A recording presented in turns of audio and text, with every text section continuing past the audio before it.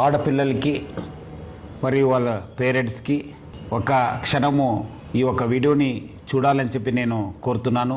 ముఖ్యంగా ఈ smart phone రావడంతో అందరూ కూడా దానికి అలవాటమై దాని ద్వారా మళ్ళీ సోషల్ మీడియాలో అలవాటయి చాలా విషాదకరమైన సంఘటనలు నా దృష్టికి వస్తున్నాయి.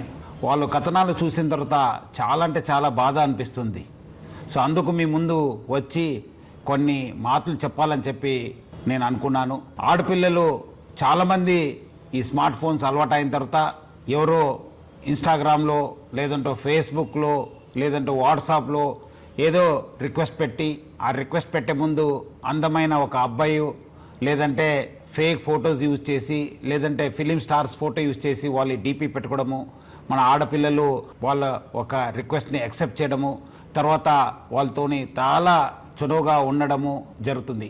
కొన్ని రోజు అయిన తర్వాత ఇట్లానే ఆ ఒక మాటలు వాళ్ళ ఒక పర్సనల్ ఫొటోస్ కావాలి, మీరు చాలా అందమై ఉన్నారు, చాలా స్వీట్ వర్డ్స్ చెప్పడంతో మన ఆడపిల్లలు కూడా ఏదో తెలియక వాళ్ళు పర్సనల్ ఫొటోస్ పంపడము.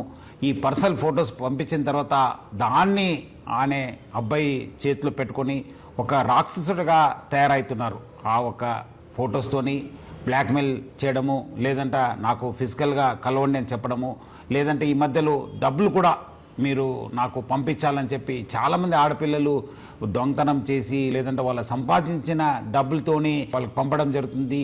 అంతా అయిపోయిన తర్వాత పేరెంట్స్కి చెప్పక ఎవరు కూడా చెప్పక చాలామంది బాధపడుతున్నారు, చాలామంది వాళ్ళ ప్రాణాలను కూడా పోగొట్టుకుంటున్నారు.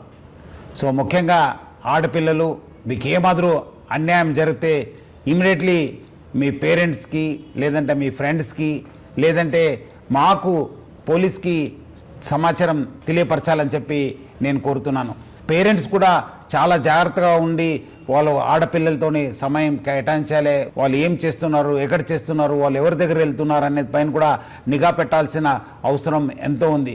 ఇట్లాంటి సంఘటనలు మీ దృష్టికి వస్తే మీరు ఇమీడియట్లీ డయల్ 100కి ఫోన్ చేయాలని చెప్పి కోరుతున్నాను.